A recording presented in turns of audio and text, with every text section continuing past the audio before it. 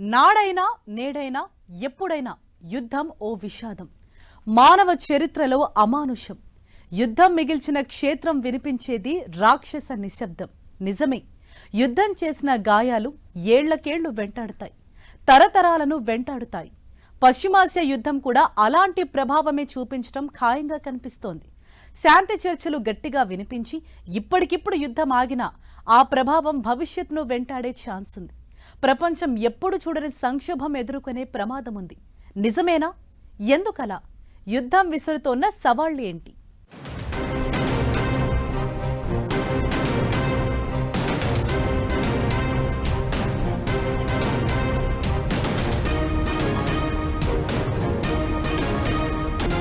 ప్రపంచం మునుపెన్నడూ చూడని సంక్షోభం. పశ్చిమాసియా యుద్ధంతో భవిష్యత్ నరకమే. యుద్ధం కారణంగా భారీగా దెబ్బతిన్న ఆసియా, ఇకపై యూరప్ ఇతర ప్రాంతాల్లోనూ సంక్షోభం. అంతర్జాతీయ ఇంధన సంస్థ భారీ హెచ్చరిక. ఇప్పుడు యుద్ధం ముగిసినా కష్టాలు తప్పవా? సీజ్ ఫైర్ అమల్లోకి వచ్చినా యుద్ధానికి చిన్న బ్రేక్ కనిపిస్తున్నా పశ్చిమాసియాలో ఉద్రిక్తతలు మాత్రం ఆగడం లేదు. లెబనాన్పై ఇజ్రాయిల్ దాడులు చేయడం, ఇస్లామాబాద్లో జరిగిన మొదటి దశ చర్చలు విఫలం కావడం, ఈలోపు హర్మోజును దిగ్బంధించాలని ట్రంప్ నిర్ణయించడం పరిస్థితిని మరింత సీరియస్ గా మార్చేశాయి. హర్మూజ్ జలసంధి బ్లాకెడ్ అనేది ప్రపంచ ఆర్థిక వ్యవస్థను అతలాకుతలం చేస్తోంది. చమురు సరఫరాలో కీలకమైన హర్మూజ్ను కంట్రోల్ చేస్తూ ఇరాన్ తీసుకుంటున్న నిర్ణయాలతో చాలా దేశాల్లో ఇప్పటికే చమురు సంక్షోభం వచ్చేసింది. నిత్యావసరాల ధరలు కొండెక్కి కూర్చుంటున్నాయి. ఇలాంటి పరిణామాల మధ్య ప్రపంచ ఇంధన సంస్థ సంచలన హెచ్చరిక చేసింది. ఇంతకు మునుపెన్నడూ చూడని సంక్షోభాన్ని ప్రపంచం ఎదుర్కోబోతోందని, యుద్ధం ప్రభావం ఇప్పటివరకు ఆసియా మీద మాత్రమే కనిపించిందని, ఇకపై యూరప్తో పాటు ఇతర ప్రాంతాల మీద పడడం ఖాయం అంటూ ఐఈఈ చేసిన ప్రకటన ఇప్పుడు వరల్డ్ వైడ్ గా కొత్త చర్చకు దారితీస్తోంది. హర్మూజ్ను ఇరాన్ కంట్రోల్లోకి తీసుకోవడంతో మిడిల్ ఈస్ట్లో ఇంధన సరఫరాకు అంతరాయం ఏర్పడింది. ఈ యుద్ధం కారణంగా తలెత్తిన ఇంధన సంక్షోభం ప్రపంచ ఆర్థిక వ్యవస్థకు తీవ్రమైన ముప్పు కలిగిస్తోందని, దీని ప్రభావం నుంచి ఏ దేశమూ తప్పించుకోలేదని ఐఈఏ అధిపతి ఫాతిహ్ బీరోల్ హెచ్చరిస్తున్నారు. తాత్కాలిక సీజ్ ఫైర్ కానీ, ఇరాన్ యుద్ధం క్లోజ్ అవ్వడం కానీ ప్రపంచ ఇంధన సంక్షోభాన్ని తక్షణమే పరిష్కరించి యుద్ధానికి పూర్వం ధరలు ఏ స్థాయిలో ఉన్నాయో ఆ స్థాయికి తీసుకురావడం సాధ్యమయ్యే పని కాదు. పర్షియన్ గల్ఫ్ నుంచి ఒక ట్యాంకర్ దిగుమతి చేసుకునే దేశాలను చేరుకోవడానికి నెల నుంచి నెలన్నర సమయం పడుతుంది. యుద్ధం నెలన్నర కిందట మొదలైంది. హర్మూజ్ క్లోజ్ చేయడంతో ప్రపంచం నిజమైన చమురు కొరతను ఎదుర్కోవాల్సింది ఇప్పటి నుంచే అనే చర్చ జరుగుతోంది. మార్చితో పోలిస్తే ఏప్రిల్లో పరిస్థితి చాలా దారుణంగా ఉంటుంది. నష్టాలు రెట్టింపవుతాయని అంచనాలు సూచిస్తున్నాయని ఐఈఏ అంచనా వేస్తోంది. దీంతో రాబోయే రోజుల్లో పరిస్థితి మరింత దిగజారొచ్చని అంటోంది.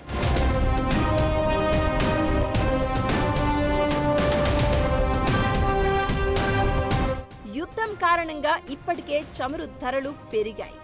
యుద్ధానికి ముందు బ్యారెల్ ధర $60 ఉంటే వార్ స్టార్ట్ అయిన తర్వాత సెంచరీ దాటేసింది. ఇప్పటి వరకు వచ్చిన ట్యాంకర్లు కూడా యుద్ధానికి ముందు లోడ్ చేసిన చమురునే తీసుకొచ్చాయి. ఇప్పుడు చమురు లభ్యత తక్కువగా ఉంది.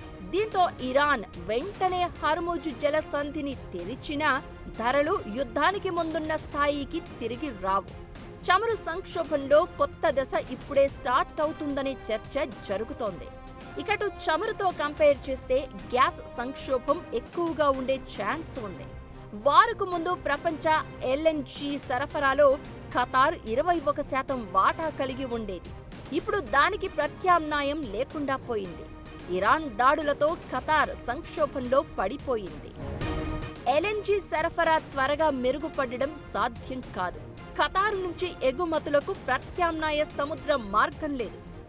భవిష్యత్పై అనిశ్చితి కనిపిస్తున్న వేళ గ్యాస్ ధరలు చాలా నెలల పాటు ఎక్కువగానే ఉండే అవకాశం ఉందని ఐఈఏ హెచ్చరిస్తోంది.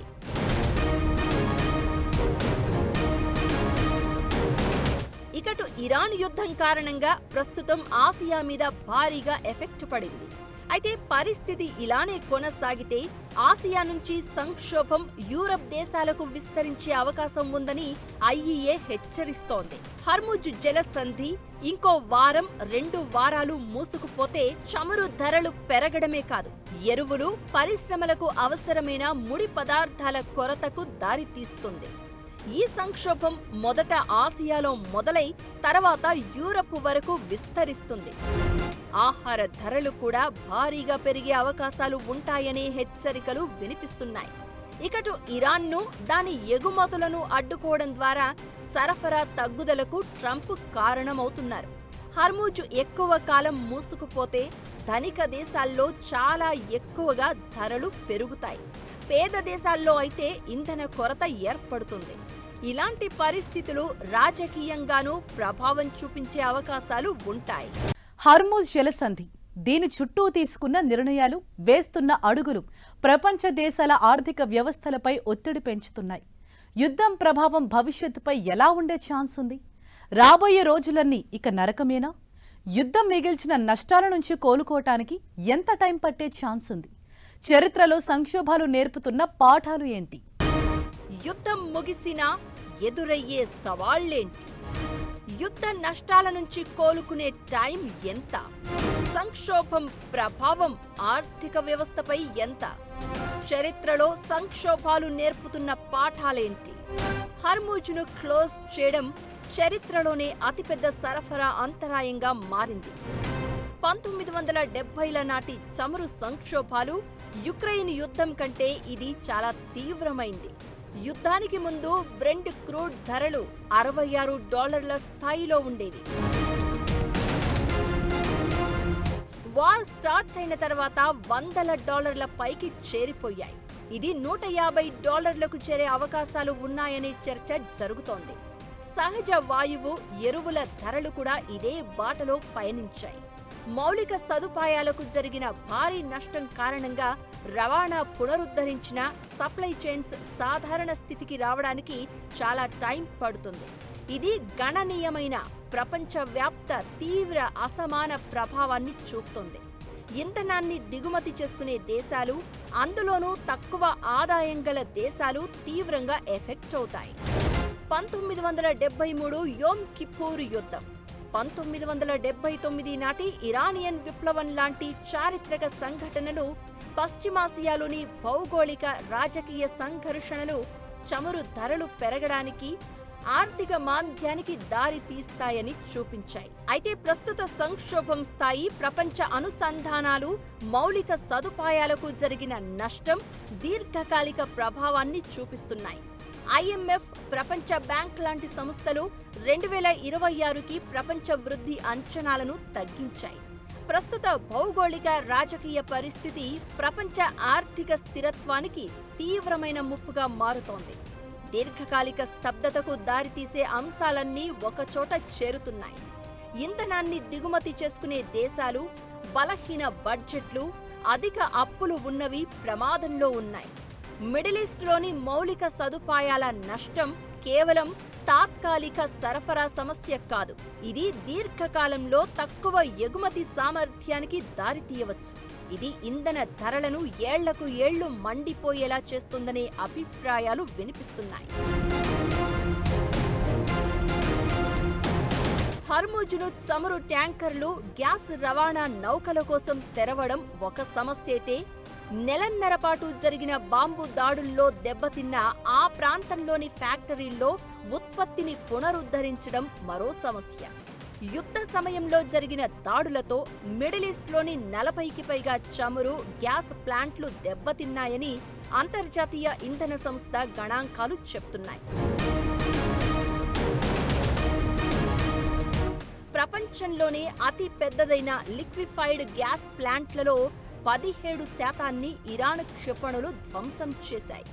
ఈ రకమైన పరికరాలు ప్రత్యేకంగా తయారు చేస్తారు.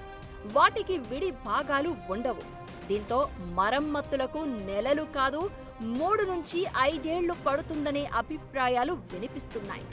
ఇతర దేశాల్లోనూ ఇలాంటి సమస్యలే ఉన్నాయి. ఇరాన్ డ్రోన్లు, యునైటెడ్ అరబ్ ఎమిరేట్స్, కువైట్, ఇరాక్లోని రిఫైనరీలు, చమురు క్షేత్రాలు, ఇతర ఇంధన సంస్థలను లక్ష్యంగా చేసుకున్నాయి. వీటి మరమ్మతులకు కొన్ని నెలల సమయం పట్టడమే కాకుండా బిలియన్ల డాలర్లు ఖర్చవుతుంది. యుద్ధానికి ముందు ఈ నిధులను ప్రపంచ ఇంధన సరఫరా పెంచడానికి ఉపయోగించేవారు. ఇప్పుడు ఆ మొత్తాన్ని రిపేర్లకు ఖర్చు చేయనున్నారు. ఇరాన్ యుద్ధంతో నమ్మదగిన ఇంధన వనరుగా మధ్య ప్రాచ్యానికి ఉన్న ప్రతిష్ట దెబ్బతింటోంది. యుద్ధం ముగియడానికి ఇంకా చాలా సమయం ఉంది. ఆ ప్రాంతంలో ఉద్రిక్తతలు కూడా ఎక్కువగానే ఉన్నాయి. ఈ ఘర్షణలతో ప్రమాదాలు పెరిగి బీమా, రవాణా ఖర్చులు ఎక్కువయ్యాయి. ఈ అదనపు ఖర్చులు ఇంధన ధరలను చాలా కాలం పాటు, నిజానికి శాశ్వతంగా కూడా ఎక్కువ స్థాయిలో ఉంచే అవకాశం ఉంది. ఈ సమస్య హర్ముజ్ జలసంధికి మాత్రమే పరిమితం కాదు. ఎర్ర సముద్రం కూడా ప్రమాదంలో ఉంది. ఇక్కడ డ్రోన్లను ఉపయోగించే, ఇరాన్కు మద్దతు ఇచ్చే గుంపులు ఇతర కీలక సముద్ర మార్గాలను కూడా లక్ష్యంగా చేసుకోవచ్చు. 1970ల నాటి చమురు సంక్షోభం ద్రవ్యోల్బణానికి, జీవన ప్రమాణాల క్షీణతకు, రాజకీయ అశాంతికి దారితీసింది. ఈసారి పరిస్థితి మరింత దారుణంగా ఉండవచ్చు.